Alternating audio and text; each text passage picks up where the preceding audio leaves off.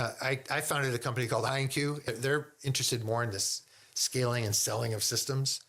I think maybe to a fault, but they're slightly behind. Yeah, Roblox made some big CapEx investments some years ago.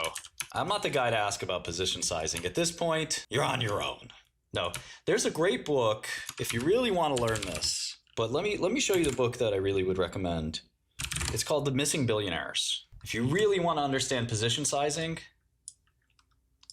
this book is a little bit technical, but it's not truly technical. Take a look at this book. It's by 𝗤𝗏𝗔𝗏𝗔𝗔𝗏, who's a somewhat famous investor.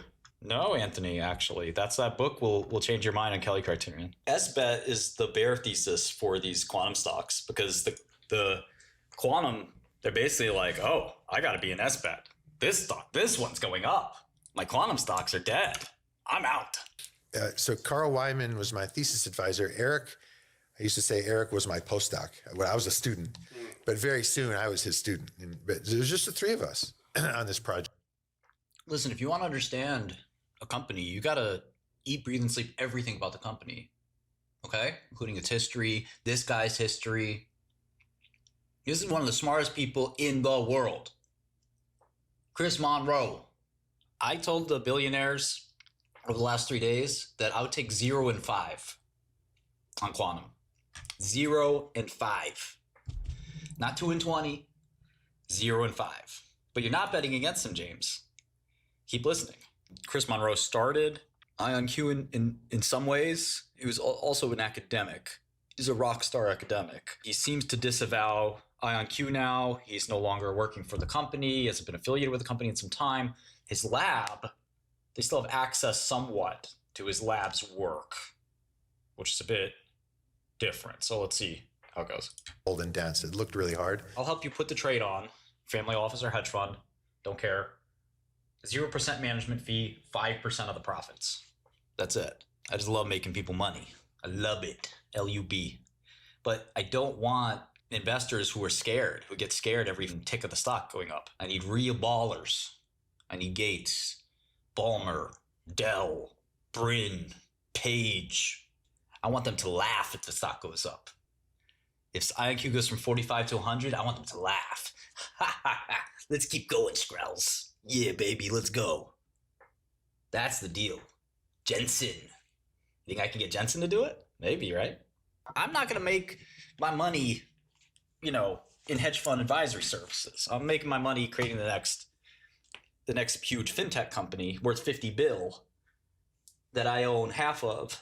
That's a cool 25 for Shkrels. How much money can I make on some, that's just basically the lowest fee I think I can price without it being just free. Ballmer's like, okay, what trade do you want to put on? Steve, are you all right? Yeah. Were you just like running 10 miles or something? No. Gates, I have a different kind of relationship with. Gates is, I like him a lot. He's my hero. Gates has a weird dynamic. Could you imagine being Bill Gates? He lives it's a weird life. He's very much, everyone in the world knows who Bill Gates is. And he knows that, and it affects him, But I admire Bill quite a lot. Yeah, Gates has needed a PR overhaul for a while. The best strat for Gates should have just been, I don't care. Gates tried to play the nice guy, nobody bought it. The guy should just never be afraid of his shadow and just be like, look, I'm a ruthless businessman. I'm not a nice guy. That's all he had to say. But that was not the meta until recently. Man, I hate to say this, it's going to sound really arrogant. I helped make that the meta. No, I think when he started doing the philanthropy, people bought it. They liked it. But eventually, it wasn't enough to overshadow the fact that the guy's the greatest businessman one of the greatest who ever walked this earth. I don't know if he's much of on the philanthropy side. At the end of the day, trying to convince people you have a heart, why? Just admit it. What's the big deal? Yeah, I think Gates does well with the women. Look, he's one of the most accomplished guys in the world. He's one of the smartest business people who ever lived. You got to give it to him. Genius guy. Now, his other takes and all this stuff, I don't know. I don't know, Ben. I really don't know. It's not clear. Nobody wants to achieve what he's achieved and be a bad guy. But the reality is, you know, your legacy doesn't matter. Nobody's going to remember you when you're dead. You're going to be dead. Ray Dalio pointed this out. People got really mad at Ray. People were like, what do you think your legacy will be? He's like, what? Like, you know how people remember you after you're dead. He's like, I'll be dead. Who cares? And the questioner's looking at him like, never thought of it that way. Like, what do you think? I'm going to be looking down like, I see. They actually did like me. That's nice to know. You know, it's just not, you know, and exactly what Jeremy says, you're always going to be a bad guy. You know, at least be authentic good guy to us business people who look up to you. So we know what you did, bro. We know how ruthless you were. You were vicious. You know, so now, you're a great philanthropist. Cool, man. That's great. But everyone lived their own life. You know what I mean? But my relationship with Bill, massive amount of respect for him and almost like adoration. Look at the cash flow for Roblox. But, you know, I wish that he could be himself. Yeah, dash for trash. Cash is trash. Or cash is king. Okay, this is free cash flow. No, it's not, Ken. This is free cash flow for Roblox. Going pretty good. Brianna, you know, we have to see the CEO of GameStop actually do something. He hasn't done anything. When's he going to do something? You got to do something, baby. I don't know, Oliver. I don't think you got to take any of Bill Gates' takes seriously. The take we care about is he built Microsoft to be a multi-trillion-dollar company. That's the take I care about. It's like all my musician friends. I talk to my musician friends, world famous musicians, right? Shkreli, I have a theory on quantum physics. Like, oh yeah? Like, yeah, man. It's like the matter and the particles subatomically, they're all connected. I'm like, yeah? And that's what makes consciousness. I'm like, oh. And they're like, you ever heard of a quark, Shkreli? I'm like, yeah, I have. They're like, yeah, I just learned about it last week. And it all makes sense to me. The quarks, they come together to form a field of consciousness. And I'm like, just sitting there like, and it's the same thing when you hear Bill Gates or any other super billionaire talk about something they don't know about. They're sniffing their own farts. I'm not trying to pick on Bill. You know, when you're told you're a genius every day, so smart, you're such a genius, you start to believe it. You start to think, yeah, I know a lot about everything, don't I? Yes, I do. What do you know?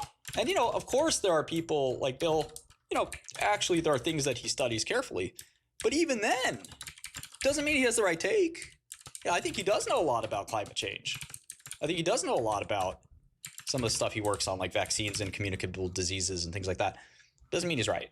I don't think Roblox can implode. I do think that gaming has a weird dynamic where you could get a competitor and that competitor could erode their share.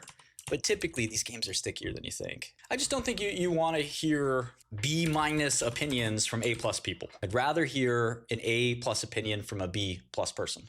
I think Epstein was extremely qualified at extortion and other social techniques. He may have, if not almost certainly, was espionage. You know, could have been foreign, could have been domestic, funded by something like that. His task was to find and compromise some of the richest people in the world. He was very good at it.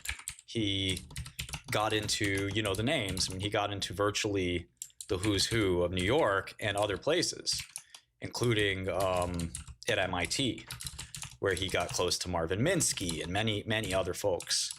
And, you know, it is what it is, you know. He did it, you know. He tried to extort people. He was a very unusual guy. Having been in prison, I can give you a little bit of insight there. I don't think that was a hit job. He's an older guy at that point. Was he 65 or something when he died? He was facing life in prison. None of the espionage stuff was going to even be in the trial. That was irrelevant. Judge would throw any of that out. The government's certainly not going to put it in the case. Is the government going to put it in the case? He wasn't going to talk. He could have talked a long time ago. Do I think he had a lot of rich people's secrets? Yes, I do. But guess what? So do I. And you keep those secrets because however you got them, friendship, gossip, whatever, you know, nobody wants to be a gossip. He was using it as extortion. You know, he was basically, hey, I know you have a mistress. You have a mistress and your wife doesn't know about it. I think we should be donating a lot to MIT, don't you think? And Gates is like, yeah, I guess so. And Apollo guy, he really snared that guy in. I feel bad for some of these guys, but some of them have weaknesses, you know. Eventually, stock-based comp goes down quite a bit. I've actually been to jail. I know how it works.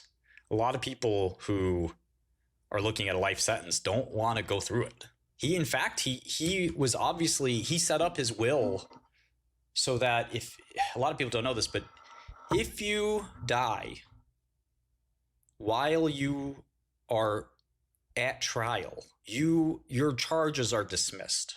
So I knew somebody, I wouldn't call him a friend, but you know, I knew him, who himself after a major insider trading. There's a major insider trading scandal, and this fellow, very sadly, like a day after he was indicted, and a lot of people said, why? You know, maybe the guy would have 5 years, 10 years. I mean, he's not going to go to jail forever. And it's about the estate. Yeah. So basically, the charges are dismissed. The state cannot convict. The state cannot convict a felon. If the state can't convict a felon, they can't get restitution. They can't get ill-gotten fees. What's that called? I can't believe I'm blanking on this because I paid so many dollars of it myself. Restitution, and I'm glad I'm blanking on it, so it's not my day-to-day every day. Disgorgement, but it's called something else in prison or in the criminal justice system. So in any event, if he gave it to his brother. Epstein gave his estate to his brother. It's not probate either. Yeah, I'm kind of happy to be past it, but I paid $8 million myself. I paid like a couple $100,000 restitution, which is really unfair in my opinion. And then I paid I think it's disgorgement, but I don't. I'm 90% sure it's disgorgement, but I also feel like it's not. Anyway, I paid like $8 million disgorgement. So if you deceased while trial is proceeding against you, or the case is proceeding against you, the case dismissed, you don't have a felony, all your money is free to be used by your estate. They did end up paying a bunch of the estate to the victims anyway, because there were a lot of civil cases. It's one of the choices people make when they do the calculus of, I'm 60 years old, how many more years am I going to have? I lived in the lap of luxury my whole life. Epstein was one of these people as well. If you look into his life, he really liked luxury. This guy had monogrammed slippers with his initials on them. This guy had, you know, the most ornate and opulent settings. So he was very used to luxury. So stepping into the Manhattan Correctional Facility, just the risk benefit of, look, I've lived a long life. What's the point of living super old for the next 10, 15 years in this terrible setting? It makes no sense. With my name being dragged through the mud, I'm probably going to get beat up by these other prisoners. Frantic. All prison cameras are off, dude. I hate to tell you this. Your whole thesis falls apart right then and there. I was for the first time, I was in the SHU. There's a special housing unit, which is in essence a euphemism, the hole, or solitary confinement. So I went to the hole, and it was weird. There was a camera right in my face, right over my bed. And I was like, this is weird. I asked the guard, I said, what is that? And he said, Martin, those cameras haven't worked in 10 years. I said, really? He's like, yeah. They're just, prisons are not the kind of facilities you think. There's no technology in there. There's none of that. The guards fall asleep. They're always asleep. Prison guards are the laziest people in the world. They don't work. The world's just not that interesting. I think he was very depressed, 𝗏𝗏𝗏. Yeah, it's not Mission Impossible. The MDC and MCC is pretty rough. They're pretty rough facilities. And if you know the people working there, the average guy that wants to be a prison guard at MCC, okay, I'll give you a story. I can imagine that some of the people that work as prison guards, and I'm just using my imagination here, could even be gang members. You know, they don't have to be, they're not military guys that are like super smart, you know, sentry guards. They're either hotheads that couldn't make it as a cop. Some of them are slobs. A lot of them are women that are from the hood. So Roblox growing free cash flow very, very rapidly. Will probably continue. I don't know. I'm bullish. Yeah, I mean, it's an okay. I mean, I don't know that it's so expensive. I'm not sure you're going to get that much bang for your buck. It's kind of pricing in a massive success. So anything goes wrong, you're in trouble in Roblox. And there's a lot that could go wrong. But I could see it being a $100 billion plus company. If you want a 10x, you've missed that. Those days are over. You're not getting a 10x. If you look at the success of Tencent, yeah, it is what it is, Andres. That's how they want to do it. That's how they want to do it. Just because you don't do it, it's because you don't play Roblox. I know you're young enough to play. I mean, Roblox will probably have to, have more of a focus on, continue to prove that they are doing their best. And I think they are doing their best. Take-Two that's all they got is Rockstar. 80-90% of it. Well, Tencent's worth almost $1 trillion, so UNH is disaster, man. I wouldn't touch UNH. I'm not saying it's going to go down more or something. There's no need to be a hero. Let's wait and see what this business is going to look like. It may undergo some pretty profound changes. Why is HIMS down? Well, we thought it went up a little too much in that big rally. I like NVIDIA. I don't know what the quarter is going to look like, but the market's clearly expecting a good one. Vibe coding coming. Exactly, Kev. That's the catalyst. I don't think NVIDIA is hiding anything. That's a weird way. It's a weird thing to say. It's like 5-6 trades a second. Although the time in sales looks a little messed up. I've been short stocks for like a year. Usually it doesn't take that long. I usually have pretty good judgment, usually. That was the key change. And Eric... I don't know Jensen at all. I've never met him. I'm not even sure he knows who I am. If you have 1 million qubits and you only have a fidelity of 99%, you're wasting your time. What? This is an inconvenient truth, huh? So scaling is really hard. And returning to the trapped ion platform, one thing we've recognized is as we scale up the number of ions, the number of qubits, we have to have a concomitant improvement in the fidelity of the gates. And we've largely done that, but that's why people might look at ions and say, well, you're still only at 25 or 30 qubits. That's because we're just breaking beyond 3 nines of fidelity, 99.9%. So who holds the record for fidelity on 2-qubit gates now? Let's see, I think it's Quantinuum, which is a spinoff from Honeywell, ion trap company. 99.97 maybe, and another small ion trap company out of Oxford Ionics. They're at 99.96. I think they're right there. Now, I founded a company called ionq, and they've spent more. They're interested more in this scaling and selling of systems. I think maybe to a fault, but they're slightly behind there. Superconducting systems are really stuck in the 99.x.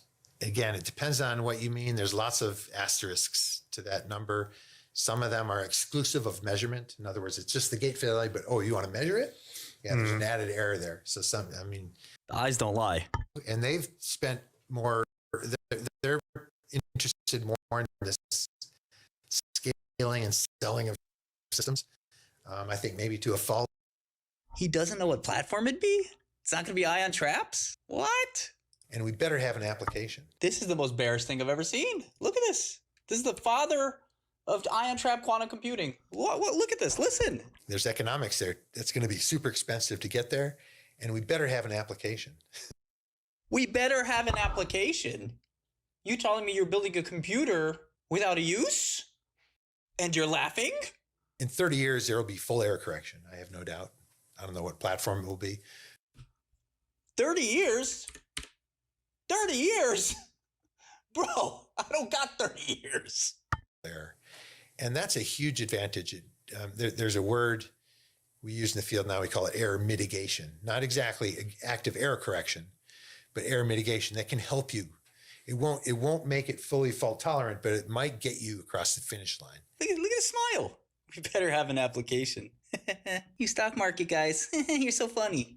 Unless they got some payback from a nearer term application. Is there some kind of, I guess, less direct way to get something like an ion trap, for example, like a hole in this idea to actually commercialize this? It must have not been, was it immediately obvious that that it would get commercialized, or was it something that kind of you guys had the realization at some point, wait a minute, this could maybe be a company? So I started working, collaborating heavily with 𝗤𝗓 Kim, who was the co-founder of 𝗍𝗡𝗅. He's always been at Duke. He was at Bell Labs and went to Duke University in 2005.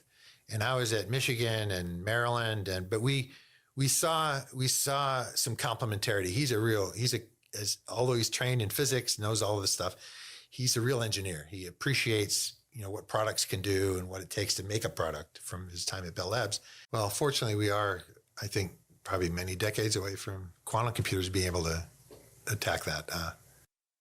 Wait, what? Many decades? And that was, I think, our biggest risk. It was access to capital. Quantum computing, I mean, it's so speculative. You can't be raising every year. I mean, that's just, I don't know. I know you have to sometimes, but when we had this opportunity, we went for it.